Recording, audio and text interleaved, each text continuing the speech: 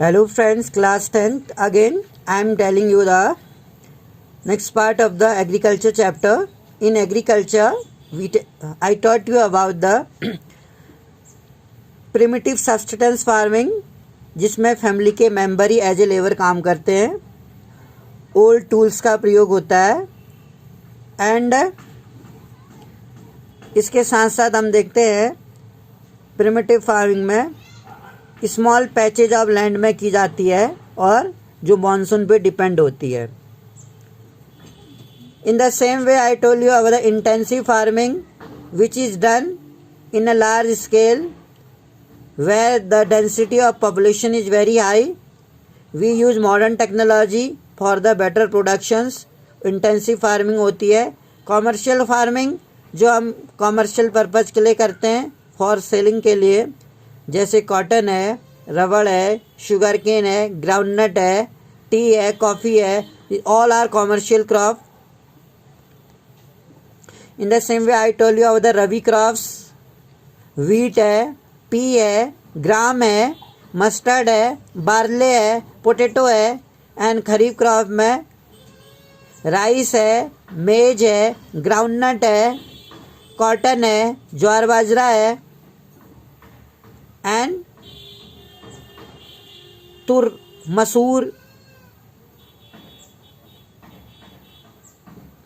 जो दालें हैं. मसूर की दाल तो हम रबी में लगाते हैं, बाकी उड़द है और अदर टाइप की दालें हम लगाते हैं. Now here I am telling you today about the sugar cane. It is a tropical world. Tropical जहाँ ज़्यादा गर्मी होती है क्योंकि गर्मी में आसानी से इसमें रस बनता है, एज वेल एज ए सब ट्रॉपिकल क्रॉप मानी जाती है. It grow well in hot and humid climate. जहाँ गर्मी होती है अच्छी तरीके से एंड ह्यूमिड क्लाइमेट है. टेम्परेचर 21 डिग्री सेंटीग्रेड से 27 डिग्री सेंटीग्रेड. अगर आपको याद हो तो मेज के लिए भी इतना ही टेम्परेचर चाहिए, मक्का उगाने के लिए भी जितना शुगर केन के लिए. शुगर केन और मेज दोनों के लिए बराबर टेम्परेचर चाहिए. राइस के लिए आपका 25 डिग्री से अबव सेंटीग्रेड तापमान होना चाहिए और 100 सेंटीमीटर से ज़्यादा बारिश होनी चाहिए. जबकि गेहूं के लिए हमने देखा था 75 to 100 अगर बारिश हो तो पर्याप्त है. एनुअल रेनफॉल शुगर केन के लिए 75 सेंटीमीटर ज़रूरी है. 75 centimetre and 100 centimeter, and between 75 to 100 centimeter is sufficient rainfall for the proper growth of sugar cane. Irrigation is required in the region of low rainfall where there is scarcity of rain. बारिश की कमी होती है जहाँ पर, वहाँ पर irrigation की मदद से प्रोडक्शंस किया जाता है. It can be grown on a variety of soil. गन्ने को विभिन्न प्रकार की मिट्टियों में उगाया जा सकता है और इसमें मैनुअल लेबर भी चाहिए. फ्रॉम सोइंग, बोने से लेकर हार्वेस्टिंग तक. India is the second largest producer of sugar cane. अगर हम प्रोडक्शन की बात करें, we see that the India is the second largest country after Brazil. Second largest country है इंडिया शुगर केन प्रोडक्शन के मामले में. It is the main source of sugar. हम देखते हैं ये चीनी का बेसिकली बहुत सारे देश ऐसे होते हैं जहाँ पर चुकंदर से भी चीनी बनाई जाती है. चुकंदर यानी जैसे आपने देखा होगा स्वीट पोटैटो तो शकरकंद है. बेसिकली बहुत जगह कंट्री में से रशिया है, वहाँ पर इनसे भी शुगर बनाई जाती है. लेकिन यहाँ पे हम देखते हैं शुगर का जो मेन सोर्स है वो शुगर केन है. गुड़ बनाया जाता है, khandsari and molasses. The major sugar cane producing states are. जो मेजर प्रोड्यूसिंग स्टेट हैं शुगर केन के वो है Uttar Pradesh, Maharashtra, Karnataka, Tamil Nadu, Andhra Pradesh, Bihar, Punjab and Haryana. Basically Uttar Pradesh is the largest producer of sugar cane and we see that in the Uttar Pradesh वहाँ पर मैनुअल लेबर इजीली अवेलेबल हो जाते हैं और आसानी से वो इरिगेशन करके शुगर केन का प्रोडक्शंस करते हैं. Now here I am telling you that India is the largest producer of oil seeds. The what different oil seed are grown. Different oil seed यहाँ ग्रो किए जाते हैं. 12% ऑफ टोटल क्रॉप्ड एरिया के country के 12% भाग पर हम different type के ऑयल सीड का प्रोडक्शंस देखते हैं. Men oil seeds produce in India जो है ऑयल सीड से तेल निकाला जाता है. मूंगफली है, ग्राउंडनट, खरीफ क्रॉप है ग्राउंड नट। मस्टर्ड आपका रबी क्रॉप्स है। कोकोनट से भी ऑयल निकाला जाता है, बल्कि केरला में तो कोकोनट का ऑयल सब्जी बनाने के लिए भी किया जाता है। केरला में से ज़्यादा कोकोनट अवेलेबल है। सेसमम जिसे तिल बोलते हैं, छोटे से होते हैं। सोयाबीन है मध्य प्रदेश में, खरीफ क्रॉप है ये भी। कस्टर्ड सीड्स, कॉटन सीड्स हैं। लिनसीड है और रनफ्लावर। लिनसीड होते हैं अलसी टाइप के, अलसी होते हैं गाँव में, उनके बीजों से भी तेल निकाला जाता है। और sunflower. Most of these are edible, इसमें से बहुत ज़्यादा खाने योग्य हैं। And use as a cooking medium, और खाना पकाने के लिए, कुकिंग पर्पज के लिए इनका हम ऑयल निकालते हैं। We obtain oil for cooking purpose. However some of these are also use as raw material, इनमें से कुछ ऐसे होते हैं जो हमें रॉ मटेरियल के रूप में यूज कर सकते हैं। In the production of soap, साबुन भी बनाए जाते हैं। कॉस्मेटिक चीज़ें और ऑर्नामेंट्स बनाए जाते हैं। ऑर्नामेंट्स, कॉस्मेटिक्स आप जानते हैं जो ब्यूटीफुल लगने के लिए कॉस्मेटिक्स चीज़ें होती हैं, उन चीज़ों को भी बनाया जाता है। Groundnut is a kharif crop. Groundnut एक खरीफ क्रॉप है। And accounts for about half of the major oil seed produce in the country, जब वो आधे भाग में अबाउट हाफ ऑफ द जो मेजर ऑयल सीड्स है यहाँ पर देश में प्रोड्यूस किए जाते हैं। Andhra Pradesh largest producer of groundnut, मूंगफली उत्पादन में ये क्वेश्चन आ चुका है एग्जाम में। आंध्र प्रदेश लार्जेस्ट प्रोड्यूसर है ग्राउंडनट का, फॉलोड बाय तमिलनाडु, उसके बाद Tamil Nadu, Karnataka, Gujarat and Maharashtra. And linseed and mustard are rabi crops, जैसे मैंने आपको बताया मस्टर्ड ये रबी क्रॉप्स है, लिनसीड भी। सेसमम जो सेसमम है वो खरीफ क्रॉप है। North and rabi crop in south India. Castor seeds होते हैं, is grown both as rabi and kharif, जैसे मेज को उगाया जाता है रबी और खरीफ दोनों के पीरियड में। बिहार में खरीफ क्रॉप, रबी क्रॉप्स के साथ मक्का उगाया जाता है। ऐसे जो कैस्टर सीड्स होते हैं वो भी रबी और खरीफ दोनों के साथ उगाए जाते हैं। Let us talk about the T. T is a beverage crop, पेय पदार्थ है। T cultivation is a example of plantation agriculture, plantation agriculture का एक एग्जाम्पल है। It is also an important beverage crop, ये एक इम्पॉर्टेंट बेवरेज क्रॉप है, पेय पदार्थ, जो इंडिया में इंट्रोड्यूस है इनिशियली बाय द ब्रिटिश, मतलब ब्रिटिश के पीरियड से। Today most of the tea plantation our own by Indians, आज बहुत सारे जो चाय के बागान हैं वो भारतीयों के द्वारा ओन किए गए हैं। उस समय ब्रिटिशर्स के द्वारा इनिशियली इसको शुरू किया गया था। T plants grow well in tropical और सब ट्रॉपिकल में, उष्ण और उष्ण कटिबंधीय क्लाइमेट में, और डीप फर्टाइल में सॉइल में अच्छी तरह से इसका पौधा उगता है। रिच इन ह्यूमस, जिसमें मिट्टी में काफ़ी ह्यूमस हो and organic matters. T bushes जो है require warm and moist Frost free climate, जो चाय की झाड़ियाँ हैं उसमें वार्म और मॉइस्ट फ्रॉस्ट फ्री क्लाइमेट चाहिए हमें पूरे साल भर। Frequent shower evenly distributed over the year, और तीव्र बौछार चाहिए साल भर, थोड़ा थोड़ा सा बरसात होनी चाहिए। Ensure continuous growth of tender leave, जो इसकी नाजुक पत्तियाँ होती हैं उसकी कंटिन्यूस ग्रोथ के लिए हमें इसमें शावर चाहिए। T is a labour intensive industry है, जहाँ पर हमें सस्ते भी और स्किल्ड लेबर भी चाहिए, क्योंकि इस काम के लिए काफ़ी ज़्यादा मात्रा में हमें लेबर की रिक्वायरमेंट होती है। और वैसे भी आसाम इलाकों में टी प्लांटेशन काफ़ी पॉसिबल है, क्योंकि यूपी और अदर स्टेटों से यहाँ आसानी से स्किल्ड लेबर अवेलेबल हो जाते हैं। Is require abundant cheap and skilled labour, ज़्यादा मात्रा में सस्ते और स्किल्ड लेबर आसानी से इसके लिए अवेलेबल हो जाते हैं। Tea is processed with in the tea garden to restore it freshness, tea की प्रोसेस के लिए टी गार्डन में इसकी फ्रेशनेस बनी रहे, इसलिए वहाँ पर चाय के बागानों में ही इसको तैयार किया जाता है। Major tea producing state are Assam, hill of Darjeeling की जो पहाड़ियाँ हैं आसाम में, एंड जलपाईगुड़ी डिस्ट्रिक्ट वेस्ट बंगाल में, Tamil Nadu and Kerala. Apart from these Himachal Pradesh, Uttarakhand, Meghalaya, Andhra Pradesh and Tripura are also, ये जो पर्वतीय इलाकों हैं इवन इन उत्तराखंड ऑल्सो, लेकिन कुछ भागों में, ये नहीं कि ये कोई इंडिया में एक स्थान रखता है टी प्रोडक्शन में, बस कुछ भागों में यहीं स्टेट के लिए ही कंज्यूम करने के लिए यहाँ पर चाय उगाई जाती है। पर आई डोंट थिंक कि यहाँ की जो टी का टेस्ट है अदर स्टेटों के कंपेयर में बेटर होगा, क्योंकि इसके लिए क्लाइमेट भी एक मेजर रिस्पॉन्सिबल है बेटर टेस्ट के लिए। India as a leading producer as well as exporter. याद रखिएगा, जो टी है वो संसार में, भारत में चाय का सबसे बड़ा प्रोड्यूसर है इंडिया, और एक्सपोर्टर भी है। लेकिन दालों में हमने क्या बोला था, दालों में जो इंडिया है लार्जेस्ट प्रोड्यूसर भी है एज वेल एज कंज्यूमर भी है। लेकिन यहाँ पर प्रोड्यूसर और एक्सपोर्टर है, वहाँ पर एक्सपोर्ट नहीं करता दालों को, वो प्रोड्यूसर तो करता है संसार में सबसे ज़्यादा, लेकिन यहीं पर कंज्यूम कर दिया जाता है यहाँ के लोगों के द्वारा। Now let us study about the coffee. The next beverage crop is coffee. India produces about 4% of the world coffee production. India है जो प्रोड्यूस करता है अबाउट 4%, पूरे वर्ल्ड के कॉफ़ी प्रोडक्शन का 4% यहाँ कॉफ़ी उत्पादन होता है। India coffee is known in the world for its good quality. जो इंडिया की कॉफ़ी है वो भारत की अच्छी क्वालिटी की मानी जाती है वर्ल्ड में।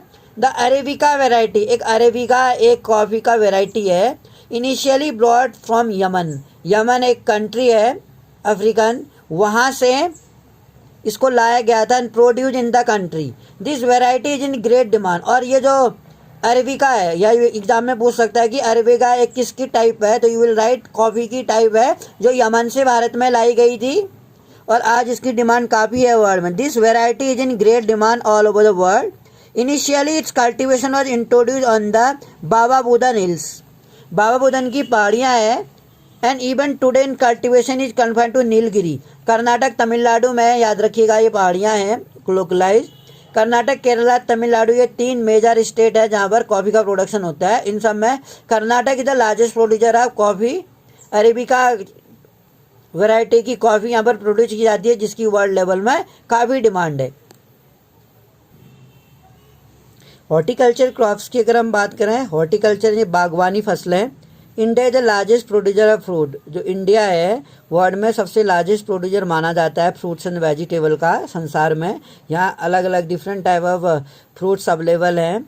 आम के उत्पादन में तो इंडिया नंबर 1 है वर्ल्ड में। India is a producer of tropical, यहाँ पर ट्रॉपिकल जो उष्ण वाली होती हैं, गर्म ठंडे इलाकों में जो होती है, as well as temperate fruits. Mangoes of Maharashtra, Maharashtra के जो आम हैं, आंध्र प्रदेश, उत्तर प्रदेश,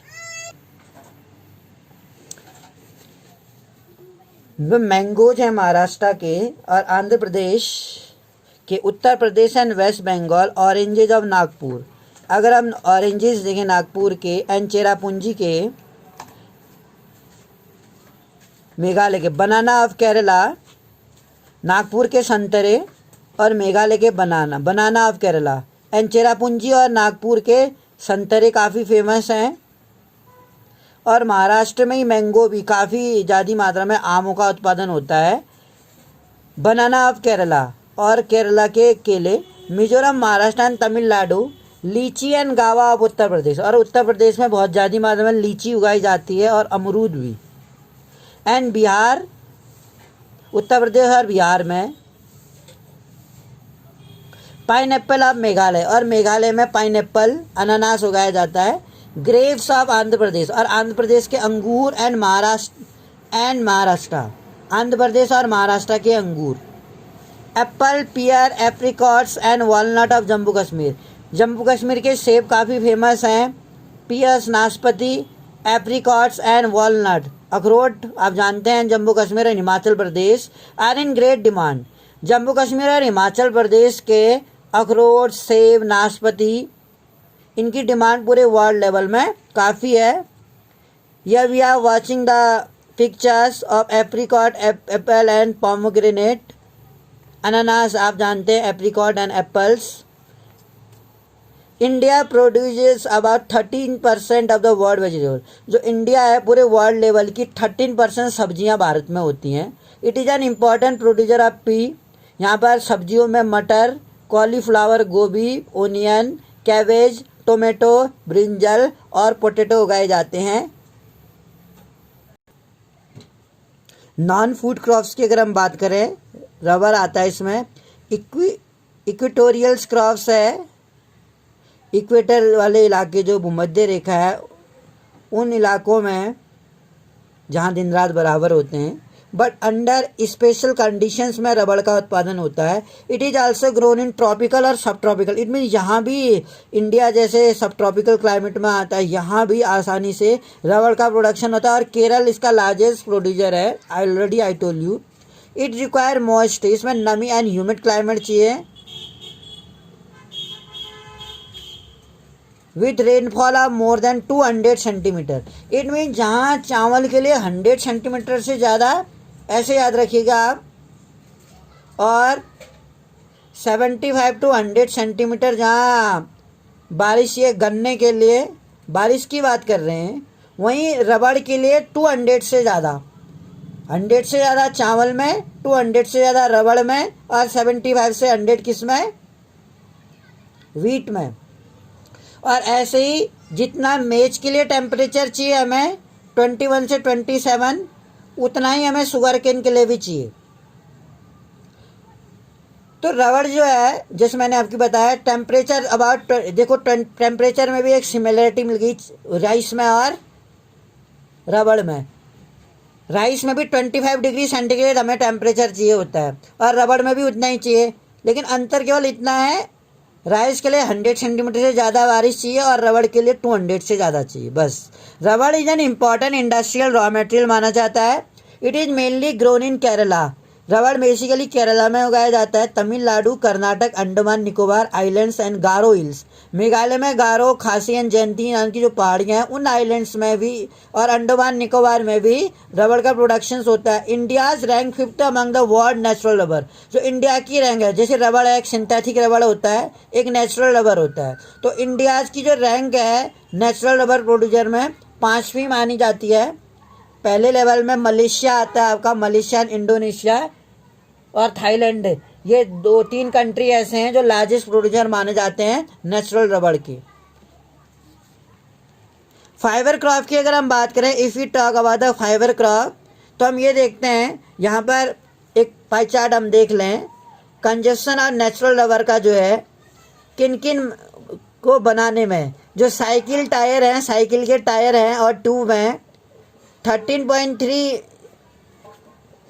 में उनका परसेंट है। कैमल के बैग को बनाने में, कैमल का जो बैग पीछे बैठने का स्थान, 6.0। फुटवियर जो चप्पल वगैरह है रबर्स के, 11.2। बेल्ट और एंड हॉर्सेस जो बनाए जाते हैं, 6.1। लेटेस्ट फॉर्म जो बनाए जाते हैं 5.1, और ड्रिफ्ट गुड्स बनाए जाते हैं और अदर्स में 8.7। और सबसे ज़्यादा किसमें, ऑटो टायर और ट्यूब जो बनाए जाते हैं, ब्लू बाग सबसे ज़्यादा दिखा रहा है, 44.5%। फाइबर क्रॉप्स की अगर हम बात करें, we know that about the fibre crop, रेशे वाली फसलें, फाइबर क्रॉप रेशे वाली फसलें, कॉटन, जूट, हेम्प, जैसे कपास, जूट है, हेम्प होता है, एंड नेचुरल सिल्क है, जो are the 4 major fibre crop हैं जो इंडिया में ग्रोन की जाती हैं। First 3 are derive from the crops grown in the soil. फसल उगाने से प्राप्त होती हैं, इसमें से पहली 3, जैसे cotton, jute, hemp. Natural silk है, वो तो मलबरी के पेड़ पे उगाते हैं हम, जैसे latter is obtained from cocoons the silkworm fed on green leaves. जो रेशम के कीड़े हैं वो हरी पत्तियों में पाले जाते हैं सहतूत के पेड़ पे। रियरिंग ऑफ सिल्कवर्म, जो रियरिंग करने की प्रोसेस सिल्कवर्म की प्रोडक्शन की सिल्क फाइबर से सेरीकल्चर कहलाती है। जैसे हम शहद का उत्पादन करते हैं वो एपीकल्चर कहलाता है, ऐसे सिल्क फाइबर का सेरीकल्चर कहलाता है। कॉटन सेकंड जो फाइबर क्रॉप है that is a cotton. India is believe, भारतीय यकीन करता है कि to be the original home of the cotton plant, कि भारत एक कपास के पौधे का एक ओरिजिनल होम है। Cotton is one of the main raw material, जो कॉटन है मेन रॉ मटेरियल माना जाता है कॉटन टेक्सटाइल इंडस्ट्री के लिए। और यहाँ पर अच्छी क्वालिटी का, ब्रिटिश पीरियड से ही यहाँ पर अच्छी क्वालिटी का कॉटन प्रोडक्शन किया जाता है। India is the 3rd largest producer of cotton in the world. Cotton grow well in dryer part of black cotton, जहाँ पर काली मिट्टी पाई जाती है और सूखा पार्ट, वहाँ पर कॉटन उगाया जाता है, जैसे दक्कन प्लेटोज है। इट रिक्वायर हाई टेम्परेचर, हमें ज़्यादा टेम्परेचर चाहिए इसके लिए, हल्की बारिश चाहिए इसमें, और इरिगेशन फैसिलिटीज होनी चाहिए, फ्रॉस्ट फ्री डेज और कोहरा रहित दिन होना चाहिए, और ब्राइट और दिन में सनशाइन होनी चाहिए इसकी ग्रोथ के लिए, तभी इसके फूल फलते हैं। It is A kharif crop and require 6 to 8 month, 6 से 8 महीने का टाइम लगता है इसको तैयार होने में। और जो हमने शुगर केन पढ़ा था उसको सबसे ज़्यादा टाइम लगता है गन्ने की फसल को, 2 से 3 साल कह सकते हैं। और सबसे कम समय में तैयार होती है मक्के की फसल, मेज। मेजर कॉटन प्रोड्यूसिंग स्टेट जो है इंडिया के कॉटन के, महाराष्ट्र और गुजरात हैं। इसके पीछे वहाँ की क्लाइमेटिक कंडीशन बहुत अच्छी है, काली मिट्टी पाई जाती है वहाँ, काली मिट्टी कॉटन के प्रोडक्शन के लिए काफ़ी अच्छी है। मध्य प्रदेश, कर्नाटक, आंध्र प्रदेश, तमिलनाडु, पंजाब, हरियाणा एंड उत्तर प्रदेश, इन स्टेटों में भी कॉटन का प्रोडक्शन किया जाता है। Now the third fibre crop is jute. Jute is also a fibre crop. It is also known as golden fibre. Exam में आ सकता है which fibre crop is known as golden fibre, तो jute है। Jute grow well on well drain fertile soil में उगाया जाता है। फ्लड प्लेन्स, जहाँ पर फ्लड आते हैं या प्लेन्स वाले भाग हैं। वेयर सॉइल आर रिन्यू, जहाँ पर मिट्टी नई होती रहती है हर साल। हाई टेम्परेचर रिक्वायर्ड चाहिए during the time of growth. West Bengal, Bihar, Assam, Orissa and Meghalaya are the major jute producing state. ये क्या है? मेजर जूट प्रोड्यूसिंग स्टेट है। It is use in making gunny bags. Bags बनाने में जो बोरे होते हैं जिनमें अनाज भरा जाता है उनको गनी बैग्स बोलते हैं। मैट, चटाई बनाने में, रोव्स, रस्सियाँ बनाने में, यार्न बनाने में, कारपेट बनाने में और अदर आर्टिफैक्ट्स बनाने में। Due to it high cost के कारण हम देखते हैं कि इट इज़ लूजिंग मार्केट, ये अपना बाजार खो रहा है, क्योंकि इसके जगह आजकल सिंथेटिक चीज़ें ज़्यादा आ गई हैं। तो जैसे सिंथेटिक चीज़ों में प्लास्टिक की रस्सियाँ आजकल आती हैं जूट के रोब्स के बजाय, तो वो रस्सियाँ ज़्यादा लोग प्रेफर करते हैं। सिंथेटिक फाइबर आने से and packing materials particularly the nylon के आने से तो ज़्यादा लोग इसको प्रेफर करते हैं। टेक्नोलॉजिकल एंड इंस्टीट्यूशनल रिफॉर्म्स की अगर हम बात करें तो हम देखते हैं it was a mention in previous page that agriculture has been practice in India for thousands of, हज़ारों साल पहले से इंडिया में जो एग्रीकल्चर है वो किया जाता रहा है। सस्टेन यूजेज ऑफ जो लैंड है विदाउट कंपेटेबल टेक्नो जो इंस्टीट्यूशनल चेंजेज है हिंडर्ड। इससे क्या किया? पेस ऑफ जो एग्रीकल्चर डेवलपमेंट है उसमें बाधा पहुंचाई है। आज हम देखते हैं कि सस्टेन जो यूजेज लैंड है, कई सारे यूजेज जो हैं लैंड के विदाउट कंपेटेबल बिना टेक्नो इंस्टीट्यूशनल चेंजेज के, टेक्नोलॉजी में अगर इंस्टीट्यूशनल हम चेंजेस नहीं कर रहे हैं, मॉडर्न टेक्नोलॉजी इस्तेमाल नहीं कर रहे हैं, तो इस वजह से हिंडरेंस बाधा पहुंची है एग्रीकल्चर की डेवलपमेंट में। In spite of development of source of irrigation, जो डेवलपमेंट है सोर्स ऑफ इरिगेशन के, most of the farmer in large part of the country still depend upon. आज भी भारत के कई हिस्सों में लोग खेती के लिए बारिश मानसून पे डिपेंड हैं। जो मानसून है इरेगुलर है और जिस कारण से इरिगेशन फैसिलिटी ना होने से वो ज़्यादा प्रोडक्शंस नहीं कर पाते हैं। Still depend upon monsoon and natural fertility है। मैन्योर का इस्तेमाल करते हैं, आज भी वो गाय की खाद का इस्तेमाल करते हैं to order carry on their agriculture for a growing populations में हम देखते हैं this poses a serious challenges agriculture which provide livelihood. Agriculture जो है जो लाइवलीहुड प्रोवाइड करता है, आजीविका प्रदान करता है 60% हमारी पॉपुलेशंस को। Need some serious technical and institutional reforms, यहाँ हमें कुछ इंस्टीट्यूशनल रिफॉर्म्स करने की ज़रूरत है। जैसे उनको हाइल्डिंग वैरायटी सीड्स अवेलेबल कराई जाए, इंसेक्टिसाइड, पेस्टिसाइड और एग्रीकल्चर के लिए लोन अवेलेबल कराया जाए जिससे कि वो अपने खेतों में प्रोडक्शंस के लिए इन चीज़ों को ले सकें। 10 कलेक्टिवाइजेशन हम देखते हैं, consolidation of holdings, cooperation and abolishing of zamindari. जो जमींदारी उन्मूलन है, यहाँ पर जमींदार जो ज़मीन पर अपना हक जमाते हैं जो हम देखते हैं were given priority to bring about institutional reform, और इसके लिए हमें इंस्टीट्यूशनल रिफॉर्म्स देने की जरूरत है।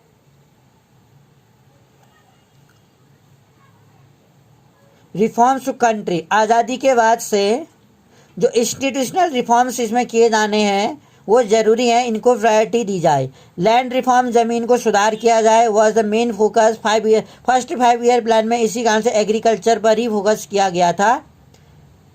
5 ईयर प्लान 1951 में स्टार्ट हुआ था, उस समय मेन फोकस एग्रीकल्चर पे किया गया। राइट ऑफ इनहेरिटेंस, जो ज़मीन पर किसानों के अधिकार हैं, has already led to the fragmentation and land holding, जो लैंड होल्डिंग उन पर अधिकार दिया जाए, उनको मालिकाना आ गया, नेसेसिटेटिंग कंसोलिडेशन ऑफ होल्डिंग, और इसके लिए जो होल्डिंग है जमीन के उन पर उनको मालिकाना हक मिले। The laws of land well, इसीलिए जो ज़मीन के लॉज थे, कानून थे, रिफॉर्म्स उनमें सुधार किया गया।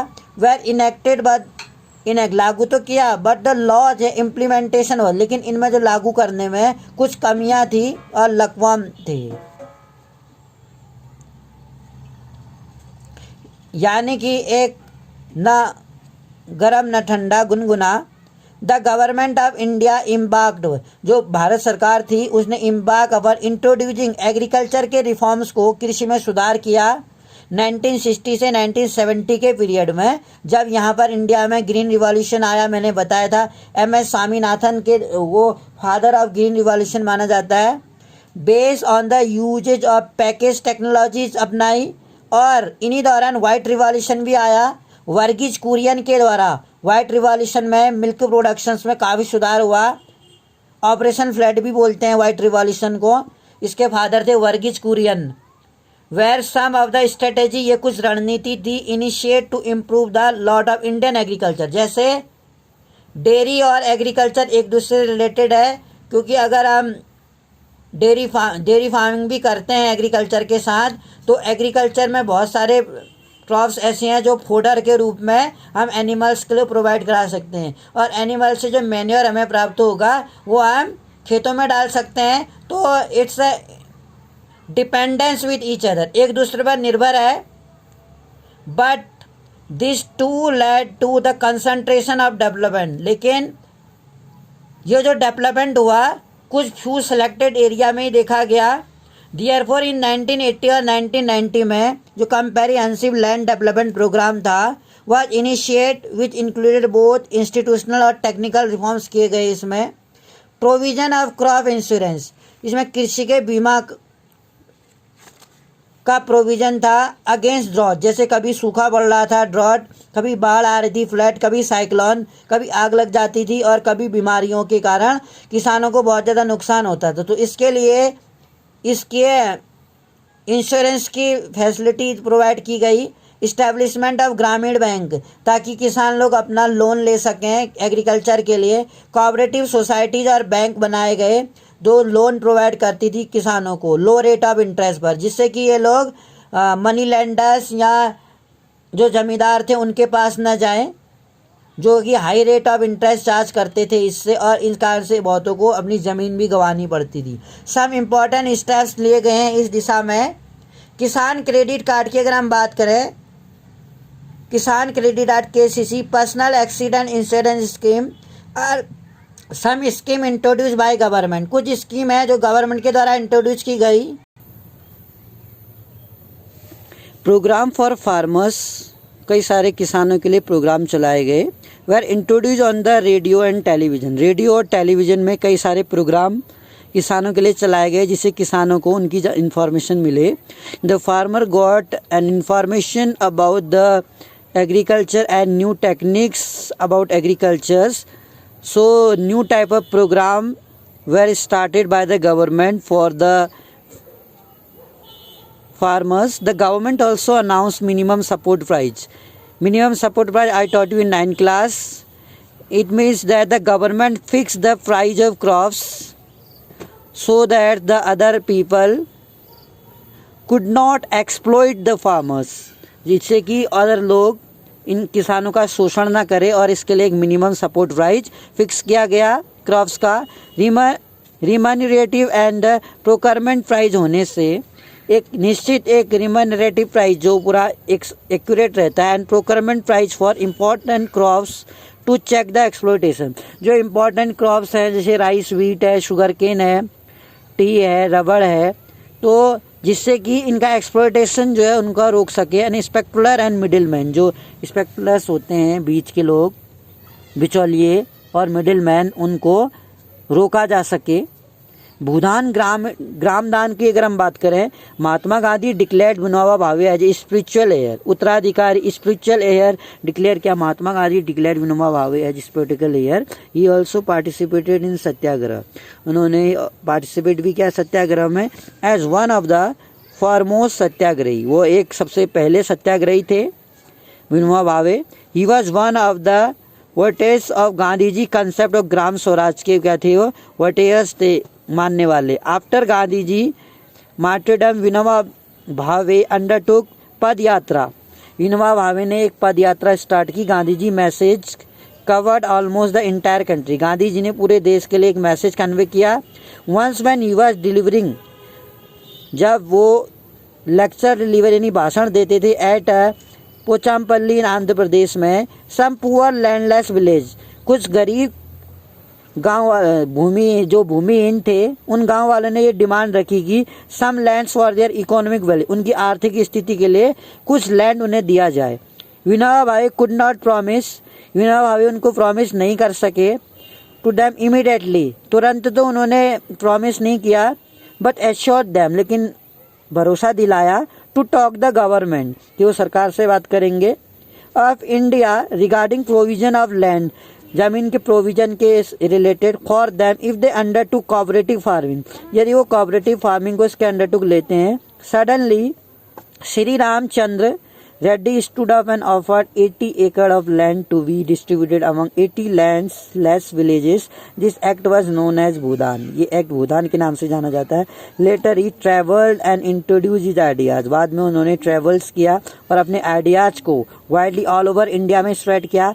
सम zamindar owners of many villages, कुछ जमींदार जो ओनर्स थे और कई गांव वाले, offered to distribute some villages among the landless, उनमें बहुत सारे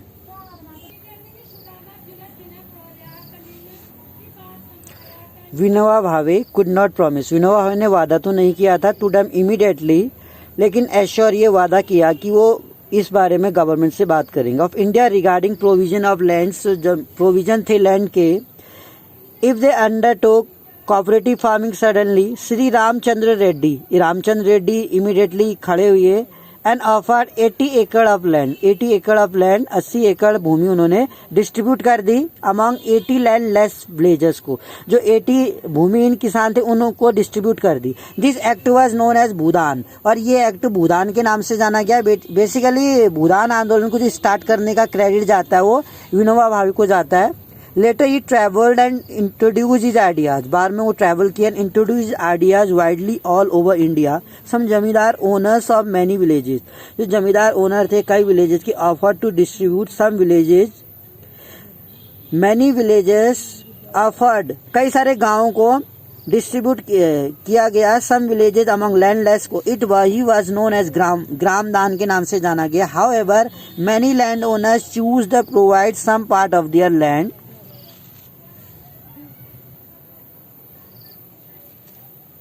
contribution of agriculture to national economy, employment and output. The contribution of agriculture and the national economy, employment and outputs.